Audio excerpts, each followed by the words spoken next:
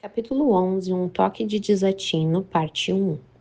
Em 1982, quando me mudei de Clearwater, na Flórida, para Nova Orleans, e Roslyn e eu começamos nossa vida juntos, fiz algumas pesquisas sobre as origens da fé cristã em nossa região. Vasculhando os arquivos, acabei encontrando um fascinante fragmento de informação. Há mais de 100 anos, na região do Sul, nos Estados Unidos, uma expressão que é muito comum na cultura cristã dos nossos dias, nascido de novo, era usada raramente ou nunca. Em vez disso, a frase usada para descrever o salto para um relacionamento com Jesus Cristo era: fui tomado pelo poder de uma grande afeição. Essas palavras descrevem tanto a iniciativa de Deus quanto a explosão interior do coração quando Jesus, em vez de permanecer um rosto de santinho, com cabelo comprido e um manto de muitas dobras, torna-se real, vivo e senhor da nossa vida, pessoalmente, profissionalmente. Tomado pelo poder de uma grande afeição é uma descrição visceral do fenômeno do Pentecostes, conversão autêntica e liberação do Espírito Santo. A frase dava novo significado àquele velho provérbio russo: aqueles que contraem a moléstia chamada Jesus jamais serão curados. Em março de 1986, tive o privilégio de passar uma tarde com uma família Amish em Lancaster, na Pensilvânia. Tenho há muito tempo profundo respeito e admiração pela comunidade Amish. Cada um de nós tem um sonho, uma visão de vida que corresponde às nossas convicções, incorpora nosso caráter único e expressa o que há de vivificador em nós. Quer seja altruísta ou inóbil, o sonho dá definição à nossa vida, influencia as decisões que fazemos, os passos que tomamos e as palavras que dizemos. Diariamente fazemos escolhas que são ou consistentes com nossa visão ou contrárias a ela. Uma vida de integridade é uma vida de fidelidade a este sonho. Como comunidade, os Amish, a grande custo pessoal, entalharam um modo de vida que reveste de carne e osso o sonho deles. Jonas Zook é um viúvo de 82 anos. Ele e seus filhos criam leitões para sobreviver. A filha mais velha, Bárbara, com 57 anos, gerencia a casa toda. Os três filhos mais novos, Raquel, com 53, Elam, com 47 e Sam, com 45, são todos gravemente retardados. Quando cheguei ao meio-dia com dois amigos, o pequeno Elam, com cerca de 1,20 m de altura, atarracado de barba espessa, vestindo o traje negro amish tradicional e o chapéu circular, estava saindo de um celeiro a uns 50 metros, forcado nas mãos. Ele nunca havia colocado os olhos em mim na sua vida inteira. Ainda assim, quando me viu sair daquele carro, esse pequeno mongoloide deixou cair o forcado e veio correndo a toda na minha direção. À distância de uns 60 centímetros, ele arremessou-se sobre mim, envolveu seus braços ao redor do meu pescoço, suas pernas ao redor da minha cintura e me beijou nos lábios com feroz intensidade por completos 30 segundos. Bom, fiquei por um instante perplexo e terrivelmente embaraçado, mas num piscar de olhos, Jesus me libertou do decoro. Enterrei meus lábios no gelão e devolvi seu beijo com o mesmo entusiasmo. Ele então pulou para o chão, envolveu ambas as mãos ao redor do meu braço direito e me conduziu para um passeio pela fazenda. Meia hora depois, Elan estava sentado ao meu lado no almoço. Perto do meio da refeição, me virei para dizer alguma coisa. Inadvertidamente, meu cotovelo direito golpeou com força a caixa torácica de Elan. Ele não recuou, nem se queixou. Elan derramou lágrimas como uma criança de 2 anos de idade. Seu gesto seguinte me desmontou. Elan veio até minha cadeira, pôs-se no meu colo e me beijou com ainda mais vigor nos lábios. Depois, beijou meus olhos, o nariz, a testa, as bochechas. E ali estava Brennan, atordoado, emudecido, chorando e repentinamente tomado pelo poder de uma grande afeição. Em sua completa simplicidade, o pequeno Elan Zook era uma representação de Jesus Cristo. Por quê? Porque naquele momento seu amor por mim não se originava em qualquer atratividade minha, não estava condicionado a qualquer resposta da minha parte. Elam me amava, quer eu fosse bondoso ou cruel, agradável ou perverso. Seu amor surgia de alguma fonte exterior a ele mesmo ou a mim.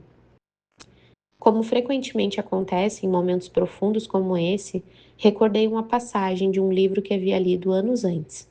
Discutindo a trágica história dos índios americanos, o autor observa que os nativos iroqueses atribuíam a divindade a crianças retardadas, concediam-lhe posição de honra na tribo e tratavam-nas como deuses. Em sua liberdade desembaraçada, eles eram uma janela transparente para o grande espírito.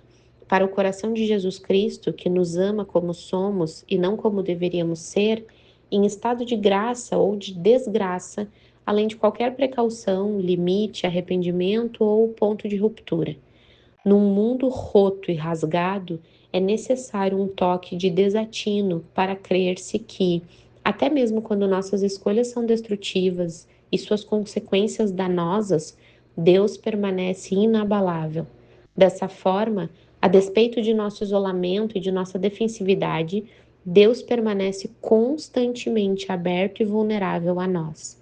À medida que encrespa o mar do sofrimento humano, somos duramente pressionados por provas de que Jesus, crucificado e ressurreto, venceu todo o poder, principado ou autoridade, despojou-os com uma roupa e conduziu os cativos em sua vitoriosa procissão. O triste destino dos nativos americanos é uma lembrança pungente que se recusa a ir embora. Eles são desabrigados, tendo perdido sua cultura, sua terra, seu orgulho e sua esperança. Refugiados do Afeganistão, do Haiti, de Cuba e das ilhas do Pacífico Sul fluem para nossas costas e são muitas vezes depositados em favelas, guetos, inadequados para uma habitação humana. Mendigos, indigentes e deficientes mentais espreitam nas ruas de nossas cidades. Pequenos proprietários de terra são exterminados pela invasão dos agronegócios. A mineração desenfreada violentou a terra. O crime do colarinho branco em Wall Street e a fraude governamental em Washington devastam a moral americana. Vítimas de AIDS são marginalizadas e preteridas como indesejáveis. A dependência de drogas devasta nossa juventude e coloca nossa manhã em mãos incertas. Clérigos mercenários são a coisa mais comum. O antissemitismo e o racismo são profundas cicatrizes na consciência nacional. Depois de 2000 anos, o corpo de Cristo permanece terrivelmente dividido em doutrina, história e vida diária. Histórias escabrosas a respeito da desunião cristã salpicam as páginas de revistas e jornais. O corpo da verdade está sangrando de 1000 ferimentos. Não é de se admirar que muitos cristãos estejam hoje desiludidos, dilapidados e exauridos. O desolador cenário da aldeia global introduziu desencorajamento, desilusão e o que Parker Palmer chama de ateísmo funcional. A crença de que nada está acontecendo a não ser que estejamos fazendo algo acontecer. Embora com nossa linguagem cristã continuemos louvando a Deus de boca para fora, nosso modo de funcionar pressupõe a ideia de que Deus está morto ou em coma. Ser tomado pelo poder de uma grande afeição não parece ter qualquer relação com o mundo real em que vivemos. Não é preciso, então, uma boa medida de insanidade para ouvir-se as loucas melodias do evangelho maltrapilho? Sim, é preciso. Como disse Zorba, o grego, ao seu empregador, é difícil, patrão, muito difícil. É preciso um toque de desatino para fazer. Desatino, está entendendo? Você tem de arriscar tudo. Afinal, discipulado é uma vida de sublime loucura. A verdade do Evangelho de Jesus Cristo não só obedece diante de questões como a corrupção do clero, a exploração dos pobres, a mesquinharia das multinacionais ou o fanatismo irracional das ditaduras modernas. Ele merece ser aceito ou rejeitado pelo que é, uma resposta à pergunta mais fundamental que alguém pode fazer.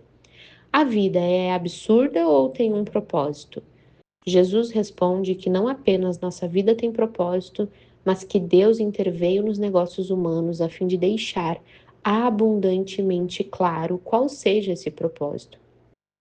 Qual é a natureza da realidade última? Jesus responde que o realmente real é amor generoso, perdoador e salvador. Triunfará a vida sobre a morte no final? Com inabalável confiança, Jesus responde: O reino do meu Pai não pode ser vencido nem mesmo pela morte. No final, tudo dará certo, nada pode causar-lhe dano permanente, nenhuma perda é duradoura, nenhuma derrota mais do que transitória, nenhum desapontamento conclusivo. O sofrimento, o fracasso, a solidão, o pesar, o desencorajamento e a morte serão parte de nossa jornada, mas o reino de Deus vence todos esses horrores. Nenhum mal pode resistir à graça para sempre. Se você rejeitar o evangelho maltrapilho e der as costas ao cristianismo, faça-o por achar que as respostas de Jesus são inacreditáveis, blasfemas ou irremediavelmente otimistas. Rejeite o cristianismo por cinismo, se você quiser, dê as costas a ele por acreditar que a realidade é maligna e punitiva. Escolha um Deus que é caprichoso, vingador ou descuidado, ou determinado a colocar o homem no seu lugar, se um Deus assim é mais do seu agrado. Se não é capaz de aceitar a ideia de que o amor está no cerne do universo, esse é um direito seu. Se não crê que o absoluto deseja apaixonadamente ser nosso amigo e amante, então fique, por favor, à vontade para rejeitar essa noção aparentemente absurda. Se não crê que possuímos o entusiasmo, a força, a coragem e a criatividade necessários para amar uns aos outros como amigos, então jogue depressa essa ideia na lixeira. E se você acha ridículo crer que a vida triunfará sobre a morte, então não perca o seu tempo com o cristianismo, porque você não pode ser cristão se não acreditar nessas coisas. Na Palestina, no primeiro século, o povo da Judéia e da Galiléia fez tudo para se esquivar da proclamação do reinado de Deus. Jesus anunciou que a velha era havia passado, que uma nova era surgia e que a única resposta apropriada era ser cativado de assombro e de alegria. Seus ouvintes não diziam assim: Rabi, sim, cremos no Senhor. Ou, não, Rabi, cremos que o Senhor é um tolo. Ao contrário, perguntavam: e os sanguessugas romanos? Ou, quando o Senhor vai fazer um sinal apocalíptico? Ou então, por que o Senhor e os seus discípulos não estão dentro da lei judaica? Ou ainda, de que lado o Senhor está com respeito a essas diversas controvérsias legais? Jesus replicava que os romanos não eram a questão, que a lei não era a questão, que milagres cósmicos não eram a questão. O amor implacável de Deus era a questão. E diante dessa revelação, os romanos e a Torá eram secundários. Sua audiência, porém, recusava-se teimosamente a admitir que a Torá podia ser secundária ou que o domínio romano sobre a Palestina pudesse ser algo marginal. A Torá e Roma eram essas as questões relevantes, os problemas fundamentais. O que o Senhor tem a dizer a respeito disso, mestre? Uma vez mais, Jesus respondia que não tinha vindo para discutir a lei ou desafiar os romanos. Tinha vindo anunciar a boa nova de que o realmente real é o amor e convidar homens e mulheres a uma resposta jubilosa a esse amor. Críticos sóbrios, obstinados e realistas simplesmente sacudiam a cabeça, porque ele não enfoca nas questões críticas. Desde o dia em que Jesus apareceu em cena, desenvolvemos vastos sistemas teológicos, organizamos igrejas de alcance mundial, enchemos bibliotecas de brilhante erudição cristã, nos engajamos em controvérsias devastadoras e embarcamos em cruzadas, reformas e avivamentos. Ainda assim, há pouquíssimos de nós com desatino suficiente para fazer a louca troca de tudo isso por Jesus. Apenas um remanescente com a confiança de arriscar tudo no Evangelho da Graça. Apenas uma minoria que cambaleia com a delirante alegria do homem que encontrou um tesouro enterrado.